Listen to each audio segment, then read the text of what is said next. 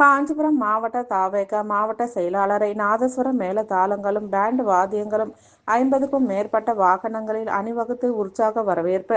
சங்கரமடம் அருகே 1 டன் எடை கொண்ட பூக்களை ஜேசிபி இயந்திரத்தில் கொட்டி தவேக நிர்வாகிகள் உற்சாகமாக வரவேற்பளித்தனர். நடிகர் விஜய் தனது தமிழக வெற்றிக் கழகம் கட்சியை வலுப்படுத்தும் முயற்சிகளை தொடங்கியுள்ளார்.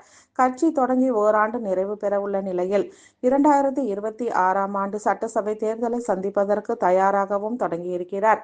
அதன்படி 234 சட்டசபை தொகுதிகளுக்கும் பணிகளை தீவிரப்படுத்த 120 மாவட்ட செயலாளர்களில் பெரும்பாலானவர்கள் தேர்வு செய்யப்பட்டு விட்டனர். அதில் முதல் கட்டமாக நடிகர் விஜய் கடந்த 24ஆம் தேதி அன்று தமிழக வெற்றிக் கழகத்துக்கு புதிதாக 19 மாவட்ட செயலாளர்களை அறிவித்திருந்தார்.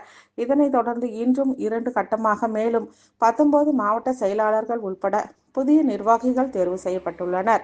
இந்நிலையில் தமிழக வெற்றிக் கழகத்தில் காஞ்சிபுரம், சென்னை புறநகர் உள்ளிட்ட 19 மாவட்ட நிர்வாகிகளையும் மாவட்ட செயலாளர்கள் 2ஆம் கட்ட பட்டியல் வெளியிட்டார். காஞ்சிபுரம் மாவட்ட செயலாளராக எஸ்.வி.கே. தென்னரசு அவர்கள் நியமித்து தவேக தலைவர் விஜய் அவர்களை அறிக்கையை நேற்று வெளியிட்டார். சென்னையிலிருந்து காஞ்சிபுரம் வருகை தந்த காஞ்சிபுரம் மாவட்ட செயலாளர் வருகை தந்த நிலையில் காஞ்சிபுரம் தவேக நிர்வாகிகள் உற்சாக வரவேற்பு அளித்தனர். காந்தி சாலையில் உள்ள காமராஜர் சிலைக்கு நாதஸ்வர மேளதாளங்களுடனும் பேண்ட் வாத்தியங்களுடனும் 50க்கும் மேற்பட்ட வாகனங்களில் ஊர்வலமாக வந்து மாலை அணிவித்த பின் ரயில்வே சாலையில் உள்ள அம்பேத்கர் சிலைக்கும் சங்கரமடம் எதிரே உள்ள பெரியார் சிலைக்கும் மாலை அணிவிக்க வருகை தந்த மாவட்ட செயலாளர் தென்னரசுக்கு 1 டன் எடை கொண்ட பூக்களை ஜேசிபி இயந்திரத்தில் தூவி காஞ்சிபுரம் தவேக நிர்வாகிகள் உற்சாகமாக வரவேற்பு அளித்தனர்.